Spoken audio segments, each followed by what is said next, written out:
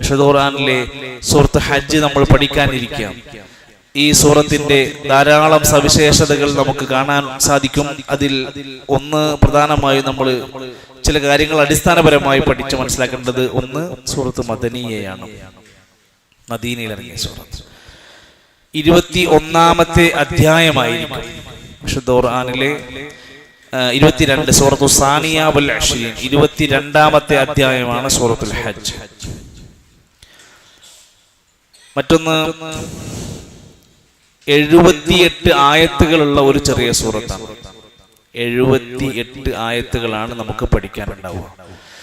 അതുകൊണ്ട് തന്നെ കൂടുതൽ കാലത്തേക്ക് നീണ്ടുപോകാനുള്ള സാധ്യതകൾ ഈ സൂറത്തിൽ വെച്ചുകൊണ്ട് മുന്നോട്ട് പോകില്ല. ഏകദേശം 8-9 മാസങ്ങൾക്കുള്ളിലായി തീരാവുന്ന ഒരു ഷെഡ്യൂൾ ആയിരിക്കും ഇൻഷാ അല്ലാഹ് നമുക്കുണ്ടാവുക. മറ്റൊന്ന്, സൂറത്ത് നൂർ ഇറങ്ങിയതിന് ശേഷമാണ് ഈ സൂറത്ത് ഇറങ്ങുന്നത്. സൂറത്ത് നൂർ നമുക്കെല്ലാം അറിയാലോ, കുടുംബം, സ്ത്രീകളുമായി ബന്ധപ്പെട്ട്, മക്കളുമായി ബന്ധപ്പെട്ട ഒരുപാട് മതനിയമം ഇറങ്ങിയ സൂറത്താണ് സൂറത്ത് നൂർ. സൂറത്തുൽ മുനാഫിഖൂൻ ഇറങ്ങുന്നതിന്റെ മുമ്പുമാണ്, സൂറത്തു നൂറിന്റെ ശേഷവും മുനാഫിഖൂനിന്റെ മുമ്പുമാണ് ഈ സൂറത്ത് ഇറങ്ങിയിട്ടുള്ളത്.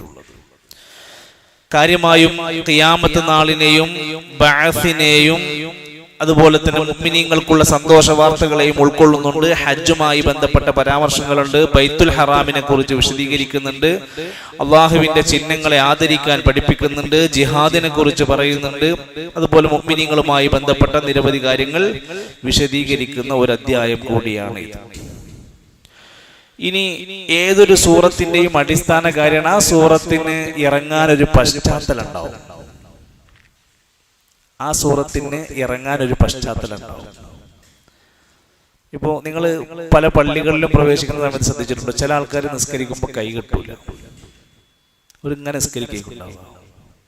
ഏത് മദ്ഹബിന്റെ ആൾക്കാരാ? മാലിക്കി മദ്ഹബ്. ഈ മദ്ഹബിന്റെ ഇമാമിയങ്ങളിൽപ്പെട്ട പലരെയും ജയിലിൽ അടക്കപ്പെട്ടിട്ടുണ്ട്. പല കാരണങ്ങൾ കൊണ്ട് ജയിലിൽ അടക്കപ്പെട്ടിട്ടുണ്ട്. അങ്ങനെ ഈ മാലിക്കി മദ്ഹബിന്റെ പണ്ഡിതന്മാരുടെ കൂട്ടത്തിലെ ഏറ്റവും പ്രമുഖനാണ് ഇമാം മാലിക്. അദ്ദേഹത്തിന് ജയിലിൽ അടക്കപ്പെട്ടൊരു കാലഘട്ടം ഉണ്ടായിരുന്നു. അങ്ങനെ ഒരു ദിവസം ഈ പ്രയാസകരമായ ദുരിതകരമായ ജയിൽ ജീവിതം കഴിഞ്ഞ് ഇദ്ദേഹം പള്ളിയിൽ വന്ന് നിസ്കരിക്കുന്ന സമയത്ത് കൈകൾ ഉയർത്തി നിസ്കരിക്കാൻ പറ്റാത്തൊരവസ്ഥ കിതാബിൽ രേഖപ്പെടുത്തി. കൈ പൊക്കിയിട്ട് നിസ്കരിക്കാൻ പറ്റാത്ത അവസ്ഥ. അപ്പൊ അദ്ദേഹം എന്ത് ചെയ്തു, കൈ ഇങ്ങനെ നിന്നിട്ട് അങ്ങനെ നിസ്കരിച്ചു. ഇത് കണ്ട അനുയായികൾ എന്ത് വിചാരിച്ചു? അങ്ങനെയാണ് നമ്മൾ നിസ്കരിക്കേണ്ടതെന്ന് വിചാരിച്ചു. പിന്നീട് അനുയായികളൊക്കെ പല സ്ഥലത്തേക്കും പോകാൻ തുടങ്ങി. ഈ രംഗം കണ്ട പല ആൾക്കാരും ഇങ്ങനെയാണ് നമസ്കരിക്കുന്നത്. അതുകൊണ്ടാണ് ആ ഒരു വിഭാഗത്തിലെ പല ആളുകളും അത് അങ്ങനെ ഫോളോ ചെയ്ത്, അവർക്ക് അന്നത്തെ ഒരു കാഴ്ചയാണ് അവർക്കുള്ളത്. പിന്നെ അവർ പക്ഷെ അത് ശ്രദ്ധിച്ചിട്ടുണ്ടാവില്ല. എന്നാൽ കിതാബുകളിൽ എത്രയോ സന്ദർഭങ്ങൾ കൈ കെട്ടുന്നതുമായി ബന്ധപ്പെട്ട ഹദീസുകളുണ്ട്. അപ്പൊ ഇതാണ് അതിന്റെ കാരണം പറയാം. ഇതേപോലെ സൂറത്തുകൾ ഓരോ അധ്യായങ്ങൾ ഇറങ്ങുന്നതിന് കാരണങ്ങൾ ഉണ്ടാവും, അടിസ്ഥാനപരമായ ഒരു കാരണം ഉണ്ടാവും. ഇവിടെ ഹിജ്റ 6-ാം വർഷത്തിൽ മദീനയിൽ ജീവിക്കുന്നതിന്റെ ഇടയിൽ ബനുൽ മുസ്തലഖ് എന്ന് പറയുന്ന ഒരു യുദ്ധം ഉണ്ടായിട്ടുണ്ട്. അങ്ങനെ അവരുടെ ആ സന്ദർഭത്തിൽ ഉണ്ടായ ഒരു സംഭവം എന്താന്ന് വെച്ചാൽ, കുറച്ച് അറാബികളായ ആളുകൾ ഉണ്ടായിരുന്നു മദീനത്ത്. അറാബികൾ, പിന്നെ ബദുക്കളായ അറബികളായി ജീവിക്കുന്ന ആളുകൾ, അത്ര നാടന്മാരല്ലാത്ത അവസ്ഥ. അവര് ഇദാ ദഖലുൽ ഇസ്ലാമ വഅസ്വാബഹും ഗൈറ മാ യുഹിബ്ബൂന ഫീ അൻഫുസിഹിം ഔ അംവാലിഹിം വഅഹ്ലിഹിം ഇർതദ്ദു അൻഹു. അവർക്ക് ഇസ്ലാം സ്വീകരിക്കണമെന്നുണ്ട്, പക്ഷേ ഇസ്ലാം സ്വീകരിച്ച പല സാമ്പത്തിക നഷ്ടം, പല പല നഷ്ടങ്ങളെ കുറിച്ച് ഇങ്ങനെ ആലോചിച്ച് ലാഭം കിട്ടുന്ന കാര്യങ്ങൾ കാണുമ്പോൾ അവർ പതുക്കെ മുർത്തദായി മാറും. അവർക്ക് കുറച്ചൊക്കെ ലാഭം കിട്ടുന്നതായ ദുനിയവിയായ എന്തെങ്കിലും നേട്ടം കിട്ടുന്ന രംഗം കണ്ടാൽ ദീന് നിർത്തതായി മുർത്തതായി മാറിപ്പോകും. അത് ഈമാൻ ഉറക്കാത്തൊരു ടീമാണ്. അങ്ങനെ ഇരിക്കുമ്പോഴാണ് ആ ആയത്തുകൾ ഒരു അറ്റത്ത് നിന്ന് അള്ളാനെ ആരാധിക്കുക. ഏത് സമയത്തും അങ്ങോട്ടും ഇങ്ങോട്ടും ചാടുന്ന ആൾക്കാർ. അതൊക്കെ വിശദീകരിച്ചുകൊണ്ട് മനസ്സിൽ ഉറക്കാനും പരലോകവും ഇസ്ലാമും ഊട്ടി ഉറപ്പിക്കാൻ വേണ്ടിയുള്ള സന്ദർഭത്തിലാണ് ഈ സൂറത്ത് ഇറങ്ങിയത് എന്നാണ് മഹാപണ്ഡിതന്മാരെല്ലാം രേഖപ്പെടുത്തിയിട്ടുള്ളത്. മറ്റൊരു കാര്യം, ഒരു സൂറത്തിന്റെ ബേസിക്കായ കാര്യങ്ങളിൽപ്പെട്ട ഒരു കാര്യമാണ് ആ ഖുർആനിലെ ആ സൂറത്തിന്റെ ഇടക്ക് ഒരുപാട് പദങ്ങൾ കയറി വരും. ഈ സൂറത്തിൽ തന്നെ യാ അയ്യുഹൻ നാസ്, യാ അയ്യുഹ അവിടെ 2 എണ്ണം വന്നു, അന്നാസ് 3, അത്തഖൂ 4, അങ്ങനെയുള്ള കലിമാത്ത് 1279 കലിമാത്തുകൾ നമുക്ക് ഈ പദത്തിന്റെ ഇടയിൽ വരാൻ 1279 പദങ്ങൾ നമ്മൾ ഈ ഖുർആൻ ഈ സൂറത്ത് ഓതി കഴിയുമ്പോൾ നമുക്ക് ഓതാൻ കഴിയും. ഒരക്ഷരത്തിന് പ്രതിഫലം എന്ന് പറഞ്ഞതെങ്കിൽ ഈ സൂറത്തിൽ മുഴുവനായി ഓതിക്കഴിയുമ്പോൾ 5196 അക്ഷരങ്ങൾ നമ്മൾ ഉച്ചരിക്കാൻ കഴിയും ഇൻഷാ അല്ലാഹ് ബിതൗഫീഖില്ലാ. അതാണ് ഈ ഗ്രന്ഥത്തിന്റെ പ്രത്യേകത. ഒരു അക്ഷരത്തിന് പ്രതിഫലം നിശ്ചയിപ്പോൾ അലിഫ് ലാം മീം അക്ഷരമായിട്ടില്ല, അലിഫ് ഒരു അക്ഷരമായിട്ടാണ് കൂട്ടിയത്. അർത്ഥമറിയാതെ ഓതുന്ന ഉച്ചരിക്കുന്ന വാക്കിന് പോലും കൂലിയാണെന്ന് പറഞ്ഞു. 5196 അക്ഷരങ്ങൾ നമുക്ക് ഈ സൂറത്തിന്റെ ഇടയിൽ ഉച്ചരിക്കാൻ കഴിയുന്ന പറഞ്ഞത്. 1279 കലിമാത്ത്. കലിമാത്ത് പറഞ്ഞ വേർഡ്സ്. 5196 അക്ഷരങ്ങൾ, ഹുറൂഫ്, അക്ഷരങ്ങൾ. 22ാമത്തെ സൂറത്ത്, 78 ആയത്ത്, ഇതൊക്കെ ഈ ഒരു സൂറത്തിന്റെ സവിശേഷതയാണ്. ബനുൽ മുസ്തലഖ് യുദ്ധ സന്ദർഭവുമായി ബന്ധപ്പെട്ടുകൊണ്ട് ഈ ആയത്ത് ഇറങ്ങിയിട്ട് മഹാരഥന്മാരായ ഇബ്നു കസീർ റഹ്മത്തുള്ളാഹി അലൈഹി പോലുള്ള ആൾക്കാർ പറയാണ്, ആ യുദ്ധത്തിന്റെ സമയത്ത് ഈ സൂറത്ത് ഇറങ്ങി, യാ അയ്യുഹന്നാസു തഖൂ റബ്ബക്കും എന്നടങ്ങുന്ന ഈ ആയത്തുകൾ ഇറങ്ങിയപ്പോൾ യബ്കൂന സ്വഹാബ, സ്വഹാബത്ത് പൊട്ടിക്കരഞ്ഞുപോയി. മാലം ഗൈറു, മുമ്പൊന്നും ഞങ്ങൾ കണ്ടിട്ടില്ലാത്ത വിധേന അവർ ഈ സൂറത്തിറങ്ങിയപ്പോൾ അതിന്റെ ആശയങ്ങൾ നെഞ്ചിലേറ്റിക്കൊണ്ട് അവർക്ക് കരഞ്ഞുപോയി എന്ന് പറയുന്നുണ്ട്. അപ്പൊ അതിന് മാത്രം ഗൗരവമായ എന്തൊക്കെയോ ഇവിടെ പറയുന്നുണ്ട്. അന്ന് കണ്ട സ്വഹാബത്ത് അത് വിശദീകരിക്കുന്നുണ്ട്, തഫ്സീറിൽ അത് രേഖപ്പെട്ട് നിവേദനം ചെയ്യപ്പെട്ടിട്ടുണ്ട്. അതുകൊണ്ട് ഈ ഒരു അധ്യായത്തിന്റെ തുടക്കം എന്ന നിലക്ക് അടിസ്ഥാനപരമായ കാര്യങ്ങൾ നമ്മൾ ഓർക്കുക. ഒരായത്താണ് നമ്മൾ പഠിക്കുന്നത്. കാരണം ഇനിയും ഈ സദസ്സിലേക്ക് വരേണ്ട കുറച്ച് ആളുകളുണ്ട്, ക്ഷണിക്കേണ്ടവരുണ്ട്. പുതിയ ഈ ഒരു ബാച്ച് അറിയാത്ത കുറെ ആളുകളുണ്ടാകും. അപ്പൊ ഈ ഒരാഴ്ച സമയത്തിനുള്ളിൽ നമ്മൾ എല്ലാവരും ഇന്നലെ വിശദീകരിച്ചതുപോലെ അൽഹംദുലില്ലാഹ് ഒരുപാട് ആളുകൾ പങ്കെടുത്തു. ആ ഒരു സദസ്സിനെ ധന്യമാക്കി അള്ളാഹു സ്വീകരിക്കുമാറാകട്ടെ.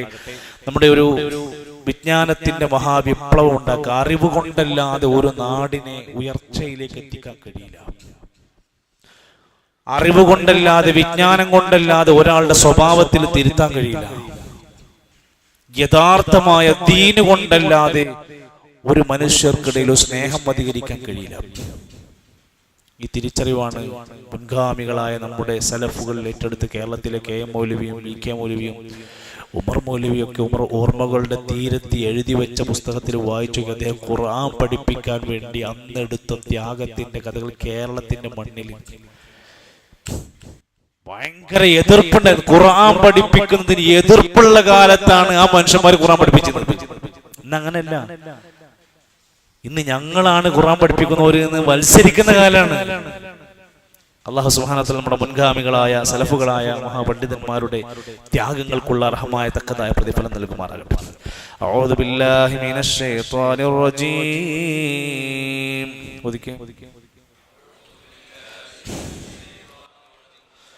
ബിസ്മില്ലാഹിർ റഹ്മാനിർ റഹീം.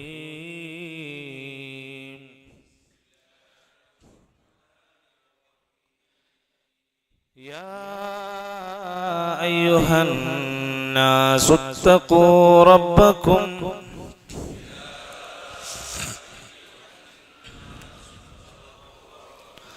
യാ അയ്യുഹൻ നാസു തഖൂ റബ്ബക്കും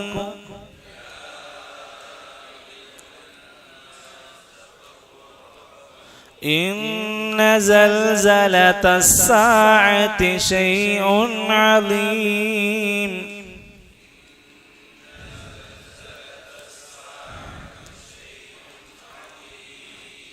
إن زلزلة الساعة شيء عظيم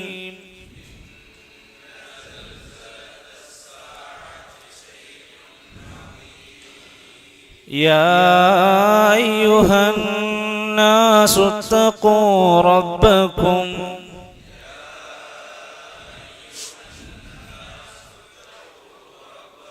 إن زلزلة الساعة شيء عظيم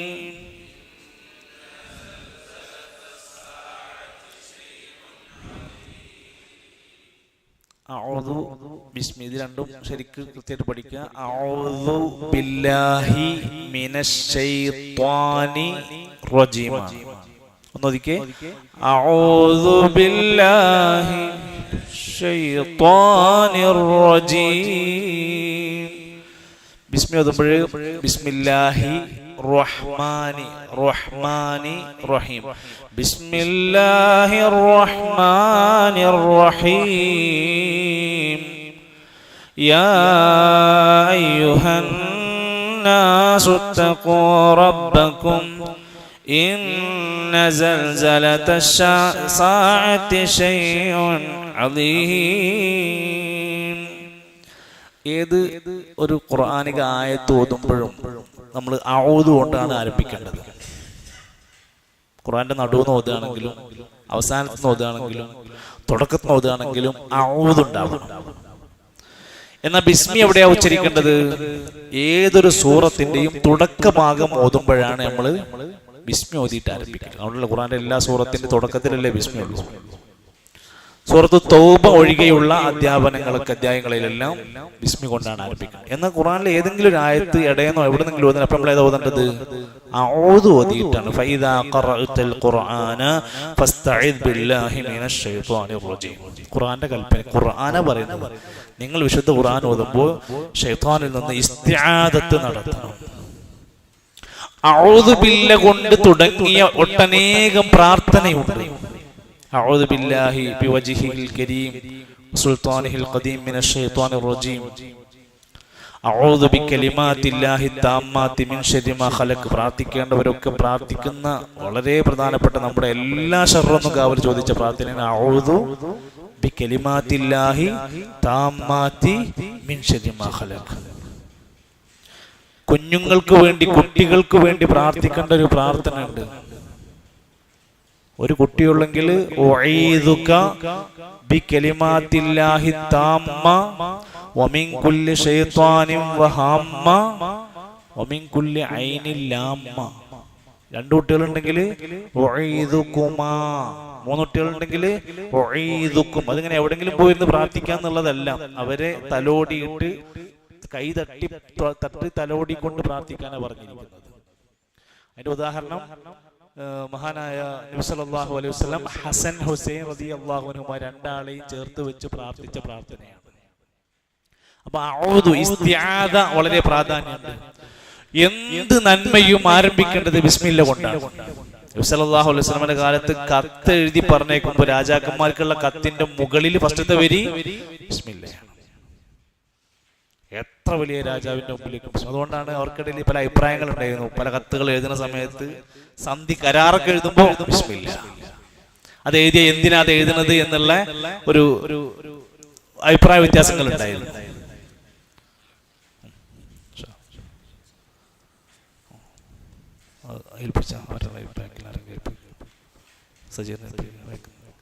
അതിൽ ആ പുസ്തകത്തിൽ പേരെഴുതാത്തവരാരെങ്കിലും ഉണ്ടെങ്കിൽ ഇന്ന് വന്നവരൊക്കെ ഉണ്ടെങ്കിൽ ആ ബുക്കിലൊന്ന് അഡ്മിഷനായിട്ട് പേരൊന്ന് രജിസ്റ്റർ ചെയ്യണം.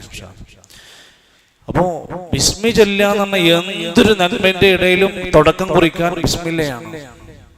വീട്ടിൽ പ്രവേശിക്കുമ്പോ പള്ളി കയറുമ്പോ മാത്രമല്ല ബിസ്മി അല്ലേ, വീട്ടിൽ കയറുമ്പോ ബിസ്മില്ല ചൊല്ലിയിട്ടാ. ഭക്ഷണം കഴിക്കാൻ ആരംഭിക്കുമ്പോ ബിസ്മില്ല ഉണ്ട്. എന്തിന് നമ്മൾ നമ്മുടെ വിരിപ്പൊന്ന് കുടയുമ്പോ അവിടെ പിന്നെ പിശാചിന് സ്ഥാനമില്ല എന്ന് പറഞ്ഞു. വാതിലടക്കുമ്പോ, വീടിന്റെ വാതിലടക്കുമ്പോ ബിസ്മില്ല കൊണ്ട് അത് വാതിലടക്കാൻ പറഞ്ഞു. ബിസ്മി ചൊല്ലുന്ന, ദിക്റ് ചൊല്ലുന്ന വീടുകൾക്ക് പിശാചിന് സ്ഥാനമില്ല. ആളുകൾക്ക് എന്തെങ്കിലും നന്മ ചെയ്തു ബിസ്മില്ല. എന്ത് ആരംഭിക്കുമ്പോഴും. അതുകൊണ്ടാണ് അതുകൊണ്ടാണ് ഇഖ്റ ബിസ്മി റബ്ബിക്കല്ലദീ ഖലഖ് എന്ന ഒന്നാമത്തെ ആയത്തിന്റെ പ്രസക്തി വന്നത്. ഇനി ഒന്നാമത്തെ ആയത്ത് യാ അയ്യുഹന്നാസ്, മനുഷ്യരെ. യാ അയ്യുഹന്നാസ്, യാ എന്നുള്ള ഇടത്ത് മദ്ദുണ്ട് നീട്ടാൻ. യാ അയ്യുഹന്നാസ് ഇത്തഖൂ റബ്ബക്കും, ചിലടത്ത് റബ്ബക്കും എന്ന് വരും, ചിലടത്ത് റബ്ബിക്കും എന്ന് വരും. അപ്പൊ ഓരോ സന്ദർഭത്തിനനുസരിച്ചാണ് അതിന്റെ ഹർഫുകൾ മാറുക. ഇവിടെ യാ അയ്യുഹന്നാസു ഇത്തഖൂ റബ്ബക്കും റബ്ബക്കും ഇന്ന സൽസലത്തസ്സാഅതി ശൈഉൻ അളീം. ഇന്ന സൽസലത, ഇന്ന എന്ന് വന്നതുകൊണ്ട് സൽസലത. അസ്സാഅതി ഐനാണ്, സാഅത്തിന് ഐനാണ്, സാഅതി. ശൈഉൻ അലിഫ് ഹംസ, ശൈഉൻ അളീം. അക്ഷരങ്ങള് മഖ്റജുകൾ കറക്റ്റ് ചെയ്ത് പോണം. ഖുർആൻ ഓതാൻ അറിയാന്ന് പറഞ്ഞാൽ അതിന്റെ അർത്ഥം അയാൾക്ക് മഖ്റജ് അറിയാന്ന്. ഖുർആൻ ഒരാൾക്ക് ഓതാൻ അറിയാന്ന് പറഞ്ഞാൽ അതിന്റെ അർത്ഥം അയാൾക്ക് അതിന്റെ അക്ഷരങ്ങൾ ഉത്ഭവിക്കുന്ന സ്ഥാനം അനുസരിച്ച് ഓതാൻ കഴിയാന്ന്. അയാൾക്ക് നന്നായി ഖുർആൻ ഓതാൻ അറിയാന്ന് പറഞ്ഞാൽ അയാൾക്ക് തജ്വീദ് അറിയാന്നാണ് അർത്ഥം. അങ്ങനെ ഖുർആൻ ഓതാൻ അറിയാന്ന് പറഞ്ഞാല് മഖ്റജൊക്കെ അറിയാവുന്ന ശബ്ദം നമുക്കറിയാം. അയാൾക്ക് നല്ല ഖുർആൻ ഓതാൻ അറിയാന്ന് പറഞ്ഞാൽ അയാൾക്ക് നല്ല തജ്വീദ് അറിയാം. അതിനാണ് തജ്വീദ്, ഖുർആന്റെ നിയമങ്ങൾ, ഓത്ത് നിയമങ്ങൾ പഠിക്കും. ഭാഷ പഠിക്കുക, അറബി പഠിക്കുക, ഖുർആൻ പഠിക്കുക, തജ്വീദ് പഠിക്കുക എന്നൊക്കെ പറഞ്ഞാൽ നമുക്ക് ഓരോരുത്തർക്കും എന്നും ആവശ്യമുള്ളതാണ്. എത്ര കൊല്ലം കഴിഞ്ഞാലും ആവശ്യമുള്ള. നമ്മുടെ ക്ലാസ്സിൽ കഴിഞ്ഞ അംബിയാ സൂറത്ത് നടത്തിയിട്ട് അതിന്റെ പരീക്ഷ സ്ത്രീകളും പുരുഷന്മാരോടൊക്കെ 10-30 ആൾക്കാർ എക്സാം എഴുതിയല്ലോ. അതിന്റെ റിസൾട്ട് പ്രഖ്യാപിച്ചു. അതിൽ നല്ലൊരു ശതമാനം ആളുകൾ പാസ്സായിട്ടുണ്ട്. പരാജയപ്പെട്ടവർ വളരെ കുറവാണ്. അല്ല 30, 35, 38 ഒക്കെ മാർക്കുണ്ട്. അൽഹംദുലില്ലാ. രണ്ടാമത്തെ പരീക്ഷ എന്ന് പറഞ്ഞാൽ അതിലെ ടോപ്പ് മാർക്ക് നേടിയ 90% മുകളിൽ മാർക്ക് നേടിയവർക്ക് ജൂലൈ 5-നോ 6-നോ വരുന്ന ദിവസങ്ങളിൽ ഒരു എക്സാം വരാനുണ്ട്. എന്നിട്ട് അതിലെ വിജയികൾക്കാണ് കേരളത്തിന്റെ മൊത്തം റാങ്ക് കണക്കാക്കിയിട്ട് സമ്മാനം പ്രഖ്യാപിച്ചിട്ടുള്ളത്. അതിൽ അൽഹംദുലില്ലാ നമ്മുടെ ക്ലാസ്സിൽ നിന്ന് ഒരാൾക്ക് ചാൻസ് കിട്ടിയിട്ടുണ്ട്. ക്ലാസ്സിൽ ഒരാൾക്ക് ചാൻസ് കിട്ടിയിട്ടുണ്ട്. അത് മുസ്തഫക്കാണ്. ബറക്കല്ലാഹു ഫീക്കും വജസാക്കുമുല്ലാഹു ഖൈർ. അല്ലാഹു അദ്ദേഹത്തിന് ഒരുപാട് നാഫിയായ ഒരുപാട് അറിവ് അല്ലാഹു പ്രദാനം ചെയ്യുമാറാകട്ടെ.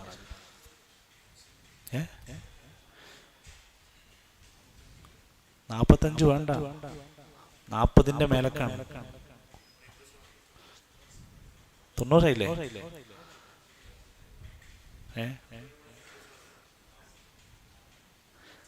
നിങ്ങളെ മാർക്കത്തിൽ 43, 40 മോൾക്ക് ഉണ്ട്. ശതമാനം നോക്കണ്ട, 40 മുതൽ മേലേക്കുള്ള മാർക്കിൽ നിങ്ങൾ കൂടിയിട്ടുണ്ട്. അതേപോലെ റിയാസ്ഖന്റെ ഒരു മാർക്ക് എക്സ്ട്രാ ആഡ് ചെയ്യപ്പെട്ടിട്ടുണ്ട്. 40 മാർക്ക് 2 പേർക്ക് അൽഹംദുലില്ലാ ഇപ്പൊ ചാൻസ്. വേറെ ഉണ്ടോ? ഞാൻ കണ്ടിട്ടില്ല. പിന്നെ അനീസ ടീച്ചർ, അതുപോലെ തന്നെ റുഖിയ ടീച്ചർ, സ്ത്രീകളുടെ കൂട്ടത്തിൽ നിന്ന് അവർക്ക് 2 പേർക്കും എലിജിബിലിറ്റി കിട്ടിയിട്ടുണ്ട്. ഇൻഷാ അല്ലാഹ് അടുത്ത ജില്ലയിൽ നിന്ന് തെരഞ്ഞെടുക്കപ്പെട്ട ഈ പറഞ്ഞ ആളുകൾക്ക് അടുത്തൊരു ചാൻസും കൂടി ഉണ്ട്. ഒന്നുകൂടി വിശദീകരിച്ച് ഒന്നുകൂടെ ഡീറ്റെയിൽ ആയ എക്സാം ആയിരിക്കും അതിലുണ്ടാവുക. അപ്പോൾ നന്നായി ക്ലാസ് അറ്റൻഡ് ചെയ്ത നല്ല വായിക്കുന്ന ഒരാൾക്ക് ആൻസർ ചെയ്യാൻ പറ്റുന്ന ചോദ്യങ്ങളായിരിക്കും ഇനി വരിക എന്നർത്ഥം. മറ്റേത് കോമൺ ആയി ഉള്ള ജനറലായ ചോദ്യങ്ങളായിരിക്കും. ഈ സന്ദർഭത്തിൽ നമ്മൾ ആലോചിക്കുക, ഓരോ അറിവും നമുക്ക് പ്രധാനമാണ്. വായന, കേൾവി, നോട്ട് ചെയ്യൽ, ഓർത്തെടുക്കൽ, ഇതൊക്കെ ഒരു പഠനത്തിന്റെ ഭാഗമാണ്. വെറും കേൾവി കൊണ്ട് ഒരുപാട് കാര്യം പഠിക്കില്ല. കേൾവി ഒരു കാരണമാണ്. കേൾവി കൊണ്ട് മാത്രം എല്ലാം പഠിക്കാൻ കഴിയില്ല. ചിലത് നോട്ട് ചെയ്യേണ്ടി വരും, ചിലത് ഇപ്പൊ നമ്മളിപ്പോ അങ്ങനെയൊക്കെ ഖുർആനൊക്കെ അറിയും കുറെ പുസ്തകം, പക്ഷെ എങ്കിലും നമ്മളതൊന്ന് നോട്ട് ചെയ്യും, ഒന്ന് മറന്നു പോകാതിരിക്കാനും തെറ്റുവരാതിരിക്കാനും ഒക്കെ ഒന്ന് ശ്രദ്ധിക്കണം. അപ്പൊ അതിന്റെ ഒരു പഠനത്തിന്റെ ഭാഗമാണ്. ഈ സൂറത്തിന്റെ 1-ാമത്തെ ആയത്ത് തന്നെ വിളിച്ചു പറയുന്നത് യാ അയ്യുഹന്നാസ് എന്നാണ്, മനുഷ്യരെ എന്നാണ്. വിശുദ്ധ ഖുർആനിൽ 20ഓളം സ്ഥലത്ത് അല്ലാഹു തആല പ്രഖ്യാപിച്ച വാക്കാണ് യാ അയ്യുഹന്നാസ്, മനുഷ്യരെ. അപ്പൊ തന്നെ മനസ്സിലാക്കാൻ സാധിക്കും ഇത് മുസ്ലിങ്ങൾക്ക് മാത്രം ബാധകമായ ഒന്നല്ല. ഇത് മുസ്ലിങ്ങൾക്ക് വേണ്ടി മാത്രമാണെങ്കിൽ യാ അയ്യുഹന്നാസ് പറയേണ്ട ആവശ്യമില്ലല്ലോ. അതേപോലെ തന്നെയാണ് യാ അയ്യുഹന്നാസ് എന്ന ഈ പ്രയോഗം വിശുദ്ധ ഖുർആനിന്റെ 20ഓളം സ്ഥലങ്ങളിൽ വന്നിട്ടുണ്ട് എന്ന് മാത്രമല്ല, സൂറത്തുൽ ബഖറയിൽ 2 തവണ വന്നിട്ടുണ്ട്, സൂറത്തുൽ നിസായിൽ 4 തവണ വന്നിട്ടുണ്ട്, സൂറത്തുൽ ഹജ്ജിൽ 4 സ്ഥലത്ത് യാ അയ്യുഹന്നാസ് തന്നെ വന്നിട്ടുണ്ട്. ഞാൻ ഇത്രയും നേരം സംസാരിച്ചതിൽ നിന്ന് സൂറത്തുൽ ഹജ്ജിന്റെ സവിശേഷതയിൽപ്പെട്ട പ്രത്യേകതയിൽപ്പെട്ട ഒരു കാര്യം കൂടി ഇനി ബാക്കിയുണ്ട്. അത് നിങ്ങൾക്ക് ആർക്കെങ്കിലും പറയാൻ കഴിയും? എന്താ? മാഷാ അല്ലാഹ്, ആദം സാഹിബാണ് മറുപടി പറഞ്ഞത്. ഈ സൂറത്തിന്റെ ഈ ആയത്തുകൾക്കിടയിൽ 2 തവണ തിലാവത്തിന്റെ സുജൂദ് വരുന്നത് വേറെ ഒരു സൂറത്തിലും 2 തവണ വരുന്നില്ല. വേറെ ഒരു സൂറത്തിലും 2 സ്ഥലത്ത് തിലാവത്തിന്റെ സുജൂദ് വരുന്നില്ല. ഈ സൂറത്തിൽ 2 സ്ഥലത്ത് വരുന്നുണ്ട്. മറ്റൊരു പ്രത്യേകത, ഖുർആനിലെ പേരുകൾ വിശദീകരിക്കപ്പെടുന്നിടത്ത് ഈ 2 സൂറത്തുകൾക്കാണ് ഇബാദത്തിന്റെ പേര് കൊടുത്തിരിക്കുന്നത്. ഒന്ന് ഹജ്ജാണ്, ഒന്നേതാ? ഇബാദത്തിന്റെ പേര് 2 സൂറത്തുകൾക്ക് കൊടുത്തിട്ടുള്ളത്. ഒന്ന് ഹജ്ജാണ് പറഞ്ഞു, ഒന്ന് ഇന്നലത്തെ കാര്യേ വെള്ളിയാഴ്ച, ജുമാ. എന്താ ഓർമ്മയില്ലാണ്ടേക്ക് പോകും? പഠിക്കാത്ത ആൾക്കാരൊന്നും അല്ല നിങ്ങള്. ഈ 2 സൂറത്തുകൾക്ക് ഇബാദത്തിന്റെ പേരെന്നെ കൊടുത്തിട്ടാണ് ആ സൂറത്തുകൾ ഉള്ളത്. അതിൽപ്പെട്ട ഹജ്ജിലേക്കാണ് ഇപ്പൊ നമ്മൾ ഈ ഒരു ആയത്ത് വന്ന് വിശദീകരിച്ചുകൊണ്ടിരിക്കുന്നത്. യാ അയ്യുഹന്നാസ്, മനുഷ്യരെ, ഇത്തഖൂ റബ്ബക്കും, നിങ്ങൾ നിങ്ങളുടെ റബ്ബിനെ സൂക്ഷിക്കണേ. നിങ്ങൾ ഏത് യാ അയ്യുഹന്നാസ് വായിച്ചു നോക്കി, അതിന്റെ തൊട്ട് താഴെയായി ഒരു അമുസ്ലിമിനോട് സംസാരിക്കുന്ന പോലത്തെ സംസാരമായിട്ടുണ്ടാവും. യാ അയ്യുഹന്നാസ് ഉഅ്ബുദൂ റബ്ബക്കുമുല്ലദീ ഖലഖക്കും വല്ലദീന മിൻ ഖബ്ലിക്കും, നിങ്ങളെയും നിങ്ങളുടെ മുമ്പുള്ളവരെയും സൃഷ്ടിച്ച റബ്ബിനെ നിങ്ങൾ ആരാധിക്കണം. എല്ലായിടത്തും അങ്ങനെ ഒരു പരാമർശമാണ്. അതുകൊണ്ട് മനുഷ്യരെ എന്ന് വിളിച്ചുകൊണ്ട് ഇത്തഖൂ, നിങ്ങൾ സൂക്ഷിക്കണേ, ഭയപ്പെടണേ, റബ്ബക്കും, നിങ്ങളുടെ റബ്ബിനെ, നിങ്ങളുടെ രക്ഷിതാവിനെ, നിങ്ങളുടെ റബ്ബിനെ നിങ്ങൾ ഭയപ്പെടണം, സൂക്ഷിക്കണം, തഖ്വയുള്ളവരാവണം, അള്ളാന്റെ കൽപ്പനകൾ പാലിക്കണം. യഖൂലു തആല ആമുറൻ ഇബാദിഹി ബിതഖ്വ. ഇബ്നു കസീർ റഹ്മത്തുള്ളാഹി അലൈഹി അവിടുന്ന് പറയുന്നുണ്ട്, ഈ ആയത്തിന്റെ ഒന്നാമത്തെ തുടക്കം അള്ളാഹ് തഖ്വ കൊണ്ടാണ് കൽപ്പിക്കുന്നത്. തഖ്വന്റെ പ്രത്യേകത അതാണ്. സ്വർഗത്തിൽ കടക്കാനുള്ള 2 കാര്യങ്ങളിൽ ഒന്നാമത്തെ കാര്യം തഖ്വയുണ്ടാവലും സൽസ്വഭാവം ഉണ്ടാവലുമാണ്. തഖ്വയുള്ള ആളുകൾക്കാണ് വിജയം. ഇന്നലിൽ മുത്തഖീന മഫാസ. അതുകൊണ്ട് ആദ്യത്തെ കൽപ്പന തഖ്വ പാലിക്കണേ, നിങ്ങൾ നിങ്ങളുടെ റബ്ബിലുണ്ടാകുന്ന തഖ്വ ഉണ്ടാവണേ. വമുഖ്ബിറൻ ലഹും ബിമാ യസ്തഖ്ബിലൂന മിൻ അഹ്വാലി യൗമിൽ ഖിയാമ. തൊട്ട് റബ്ബിനെ സൂക്ഷിക്കണേ, അള്ളാഹനെ ശരിക്ക് വിശ്വസിക്കണേ എന്ന് പറഞ്ഞിട്ട് തൊട്ടടുത്ത കാര്യം പരലോക ബോധം ഉണ്ടാക്കലാണ്. ഇന്ന സൽസലത്തസ്സാഅതി ശൈഉൻ അദീം. ആയതോദിക്കുന്നുടി, യാ അയ്യുഹന്നാസു തഖൂ റബ്ബക്കും ഇന്ന സൽസലത്തസ്സാഅതി ശൈഉൻ അദീം. ഇന്ന, തീർച്ചയായും, സൽസലത, ആ പ്രകമ്പനം, ആ വിറക്കൽ, ആ കിടുകിട എന്നുള്ള ആ പ്രകമ്പനം ഖിയാമത്ത് നാളിൽ ഉണ്ടാവുന്നതാണ്. എന്നത്തെ അസ്സാഅത്തി, അന്ത്യനാളിന്റെ സമയത്ത്, അന്ത്യനാളിന്റെ ആ പ്രകമ്പനം തീർച്ചയായും, ഇന്ന എന്ന് പറഞ്ഞാൽ തീർച്ചയായും, ഉറപ്പായും അതെന്തായിരിക്കും? ഷൈഉൻ, കാര്യമാണ്, അദീം, വമ്പിച്ച കാര്യമായിരിക്കും. ചെറിയ കാര്യമൊന്നാവില്ല, ഒരു മഹാകാര്യമായിരിക്കും, മഹാസംഭവമായിരിക്കും. ഖിയാമത്ത് നാളിൽ ഉണ്ടാകുന്ന സൽസലത, വാക്കിൽ തന്നെയാണ് എന്റെ അർത്ഥം. സൽസല, പ്രകമ്പനം കൊള്ളുക, വിറക്കുക. ഇദാ സുൽസിലത്തിൽ അർളു സിൽസാലഹ, എന്ത് വിറക്കുക? ഭൂമി കിടന്ന് കിട്ടുകിട്ട പ്രകമ്പനം കൊള്ളുന്ന ഒരു ദിവസം. വഖറജത്തിൽ അർളു അസ്ഖാലഹ, ഭൂമി അതിന്റെ അകത്തുള്ള ഭാരം പുറത്തേക്ക് തള്ളുന്ന ദിവസം. അത് ഗംഭീരമായ വമ്പിച്ച ഒരു പേടിപ്പെടുത്തുന്ന ദിവസമായിരിക്കും. ഖുർആൻ അതും ഇവിടെ വിശദീകരിച്ചു. വഖദ് ഇഖ്തലഫൽ മുഫസ്സിറൂന ഫീ സൽസലത്തി സഅ, പണ്ഡിതന്മാർക്കിടയിൽ ഒരു അഭിപ്രായവും ചർച്ചയും നടന്നിട്ടുണ്ട്. പ്രകമ്പനം കൊള്ളുക എന്ന് പറഞ്ഞത് ഖിയാമത്ത് നാളിന് ശേഷമാണോ അതെ ഖിയാമത്ത് നാളിന്റെ മുമ്പാണോ എന്നാണ്. മഹാഭൂരിഭാഗം പണ്ഡിതന്മാരും പറഞ്ഞത് ഖിയാമത്ത് നാൾ സംഭവിക്കുന്ന ദിവസത്തിൽ ആ സമയത്ത് തന്നെയാണ് അത് നടക്കുന്നത്. കാലങ്ങൾ കഴിഞ്ഞിട്ട് പിന്നീടല്ല, ഖിയാമത്ത് നാളിന്റെ ശേഷമല്ല എന്ന് വിശദീകരിക്കപ്പെട്ടിട്ടുണ്ട്. വഹമിലത്തിൽ അർളു വൽ ജിബാലു ഫദുക്കത ദക്കതൻ വാഹിദ, പർവ്വതമൊക്കെ പൊട്ടിപ്പൊളിക്കുന്ന പറഞ്ഞ വാക്കാണ് ദക്കതൻ വാഹിദ. ഇദാ റുജ്ജത്തിൽ അർളു റജ്ജ വബുസ്സത്തിൽ ജിബാലു ബസ്സ. പ്രയോഗം നോക്കി നിങ്ങൾ. ഭൂമി പൊട്ടിച്ചു കളയുന്ന ഒരു ദിവസം വരാനുണ്ട്, വമ്പിച്ച ദിവസമാണ്. هذا في الدنيا قبل يوم القيامة وقد أورد الإمام أبو جعفر بن جرير തഫ്സീൽ പറയാണ്, ഇത് റസൂൽ സല്ലല്ലാഹു അലൈഹി വസല്ലമയിൽ നിന്നുള്ള പല റിപ്പോർട്ടുകൾ വന്നിട്ടുണ്ട്. പ്രസക്തമായതൊന്ന് പറയാം. ഇന്നല്ലാഹ ലമ്മാ ഫരിഗ മിൻ ഖൽഖിസ് സമാവാതി വൽ അർദ്, ആകാശം ഭൂമിയൊക്കെ സൃഷ്ടിച്ചു കഴിഞ്ഞു ശേഷം ഖലഖസ്സൂർ, ഒരു സൂർ സൃഷ്ടിച്ചു. സൂർ എന്ന് പറഞ്ഞാൽ ഒരു കാഹളം സൃഷ്ടിച്ചു. ഫഅഅതാഹു ഇസ്രാഫീൽ, ആർക്ക് കൊടുത്തു? ഇസ്രാഫീലിന് കൊടുത്തു. ഇസ്രാഫീലിന് ഈ കാഹളം കൊടുത്തു.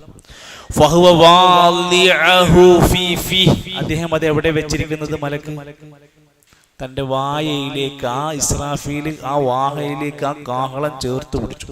അന്ന് ഭൂമിയും ആകാശം സൃഷ്ടിച്ചതിന് ശേഷം അന്ന് ഷാഖിസും ബിബസരിഹി ഇലൽ അർശി, എന്നിട്ട് ആ സാധനം അങ്ങനെ പിടിച്ചിട്ട് അർഷിലേക്ക് നോക്കിക്കൊണ്ടാണ് ആ മലക്ക് നിൽക്കുന്നത്. ഷാഖിസ് എന്ന് പറഞ്ഞാൽ തുറിച്ചു നോക്കിക്കൊണ്ടാണ് നിൽക്കുന്നത്, കൂർപ്പിച്ച് നോക്കി നിൽക്കുകയാണ്. ആ മലക്ക് കാത്തിരിക്കുകയാണ്. മതായു ഉമർ, എപ്പോഴാണ് അതിലേക്ക് ഊതാൻ വേണ്ടി അള്ളാന്റെ കൽപ്പന വരുന്നതെന്ന് മാത്രം നോക്കി, ആ ഡ്യൂട്ടി മാത്രം അത് ആയാ നടക്കും. സഹാബത്ത് ഇതിങ്ങനെ കേട്ടപ്പോൾ ചോദിച്ചു. അബൂ ഹുറൈറ റളിയല്ലാഹു അൻഹു വേഗം എണീറ്റു. അബൂ ഹുറൈറ റളിയല്ലാഹു അൻഹുവിന്റെ ശരിക്കുള്ള പേരെന്താ?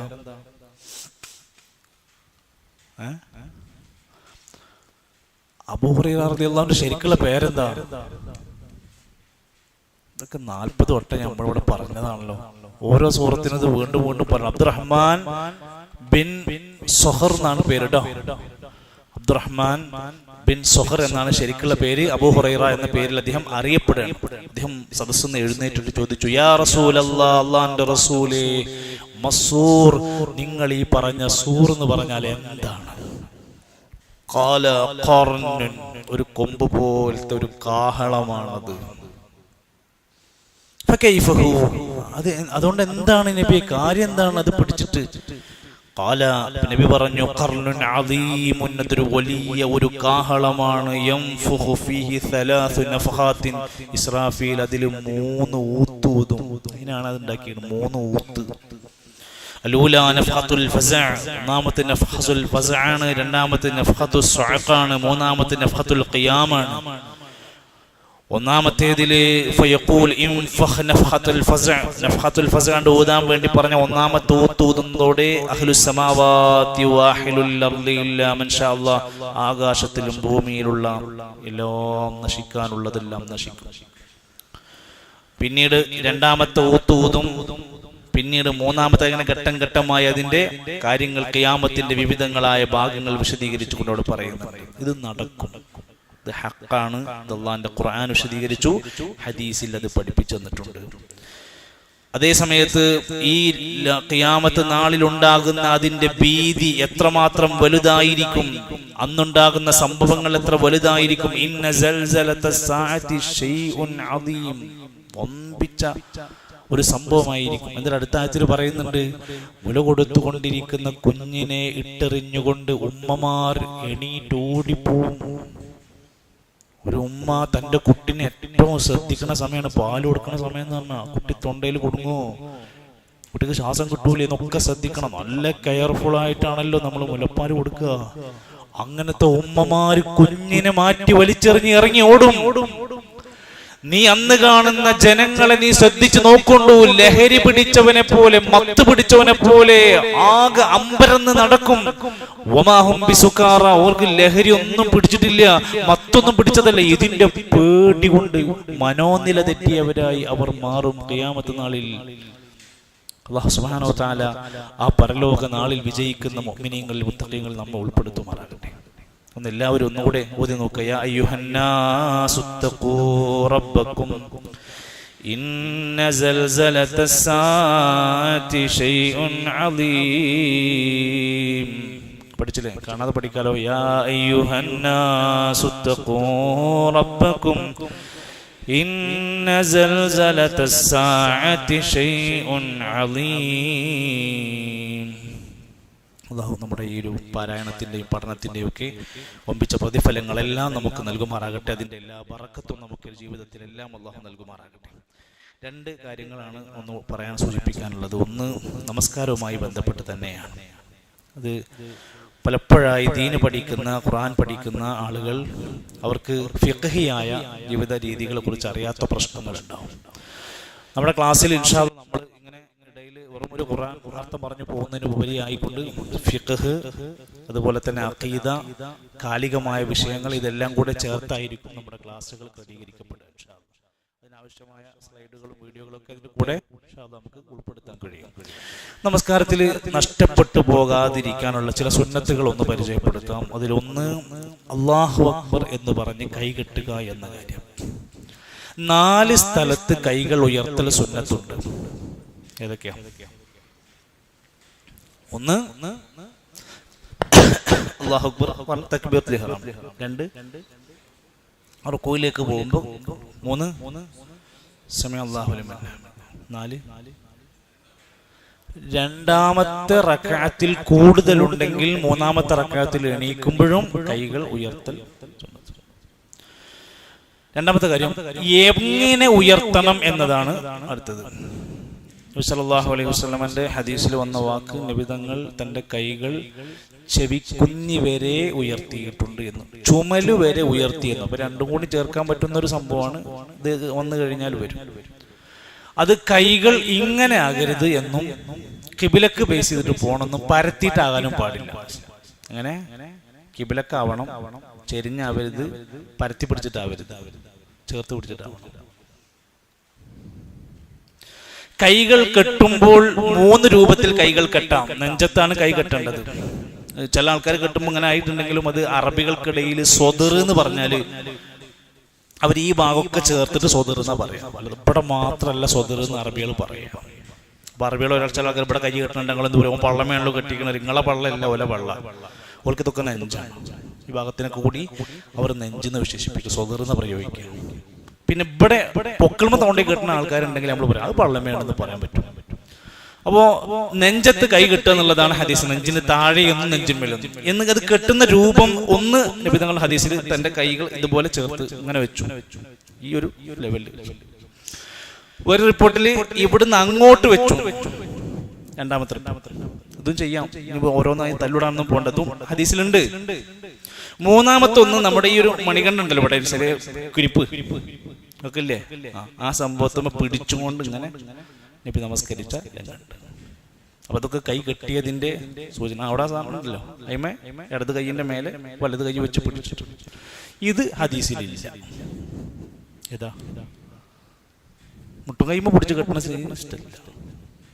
പിന്നെ പല കെട്ടും. പിന്നെ അതേപോലെ ഇത് ഹദീസിലില്ല. മേലക്ക് കയറിയിട്ട് കൊല്ലിക്കുടിക്കുന്ന സ്വഭാവം ഇല്ല, താഴത്തൊക്കെ വരുള്ളൂ. അതുപോലെ തന്നെ മറ്റൊരു സുന്നത്ത് നബി സല്ലല്ലാഹു അലൈഹി വസല്ലം പഠിപ്പിച്ചെന്ന റിപ്പോർട്ടിൽ നമുക്ക് കാണാൻ സാധിക്കും. നമസ്കാരത്തിന്റെ സുന്നത്തുകളുടെ കൂട്ടത്തിൽ ഇങ്ങനെ നമുക്ക് കിട്ടുന്ന കാര്യങ്ങളിൽ ഈ സമീഅ അല്ലാഹു ലിമൻ ഹമിദ എന്ന് പറഞ്ഞു 2 കൗലുകളുണ്ട്.